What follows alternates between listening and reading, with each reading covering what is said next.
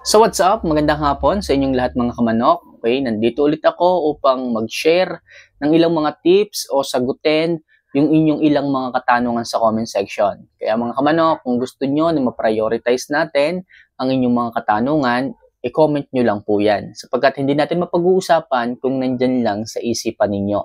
Mangyari kung ano yung nasa isip nyo, ilagay nyo lang sa comment section, pag-usapan natin yan. Malay nyo, makatulong ako sa mga alaga ninyo. Okay? So, at this moment of time, galing ulit sa comment section ang ating pag-uusapan.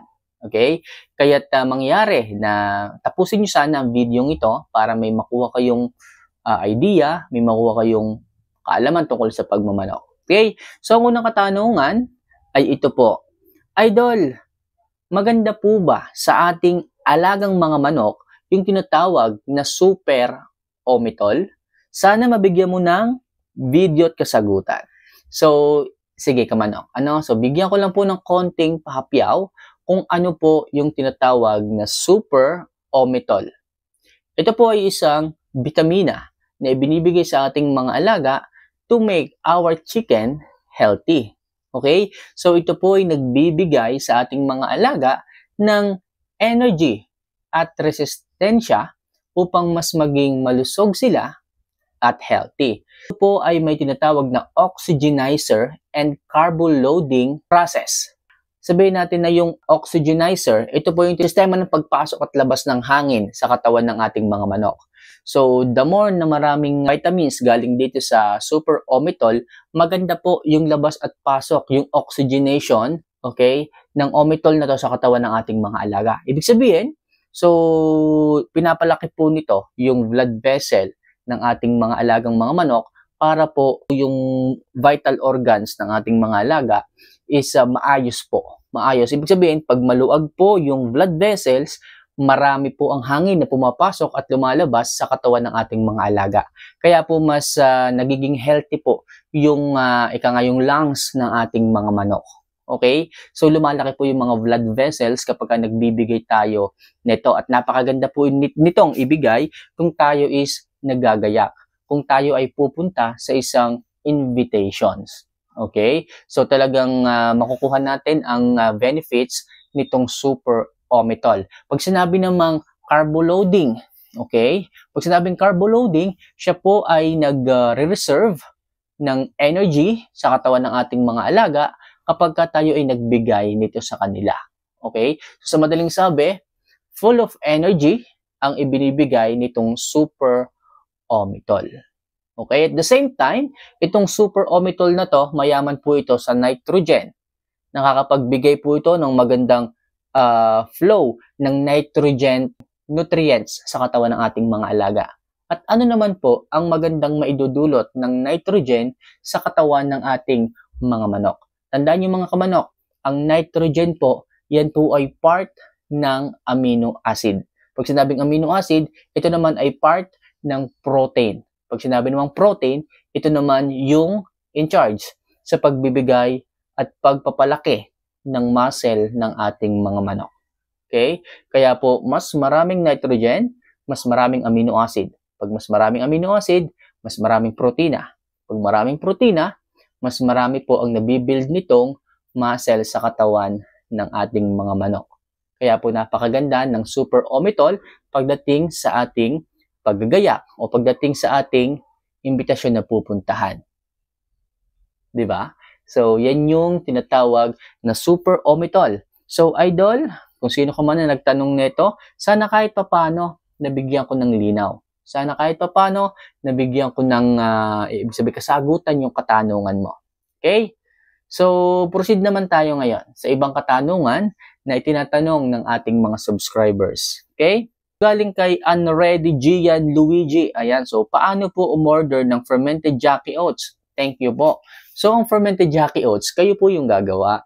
Pero yung Jackie Oats, pwede nyo po yung makuha dito sa ating channel. So, ilalagay ko po sa video ito, may lalabas dito. I-click nyo na lang po yon, saka po kayo mag-order. Okay? So, para po mas maayos, hindi po kayo malito kasi ang dami nating mga subscribers na nagtanong pumunta sa Agribet, oat growth ang nabili. Mali po. Tapos sabihin ng iba, sumibol daw po. Diba? So, mali po yung kanilang nabili. So, dito na lang po kayo kumuha para po sa ganun sigurado po. Okay? Ito, galing kay Gibot, GB Vlog. Ayan. So, isang mapagpalang gabi ulit sa iyo, idol. Ako'y may katanungan ulit. Sana iyong mapansin ulit. Anong edad ba magandang isa lang ang broodstag? At ano po ang katangian? Nawala. At ano po ang katangian na pwede ng isa lang ang broodstag? Maraming salamat ulit sa sagot, idol. Okay? So, dahil breeding season ngayon, napakahalaga po na yung ating mga ibibreed na broodstag is maayos. Okay? Ang broodstag po mga kamanok, hanggat maaari, hindi po pwedeng sobrang bata. Hindi porke early maturing, 6 months or 7 months, pwede na nating i-breed. Para sa akin lang to, ano? So, ako po, nagbi-breed po ako ng broodstag, 9 months. Umaari 1 year. Bakit ka manok hindi po pwedeng 6 months or 7 months? Experience ko to, na pagka binred natin ng ganyang kababata, yung mga sisiw na anakin, maliliit, sakitin. So, sayang lang po. Okay, kahit masyado tayong focus sa ating mga alaga, mag-a-abroad o kaya mapalaki man natin, hindi po ganun mamamaximize yung katawan ng mga sisiw, yung katawan ng ating mga palahi, ng ating mga na-breed. Kaya mas maganda dyan mga kamanok, medyo gawin nating matured talaga ng konti. Okay, 1 year old, mas maganda. Ang inahin natin, kung po pwede, 1 year old din po, mas maayos po mga kamanok. Okay? So makikitaan naman natin talaga na po pwede na ang broodstag na isa lang sa breeding pen kapag siya ay talagang early matured.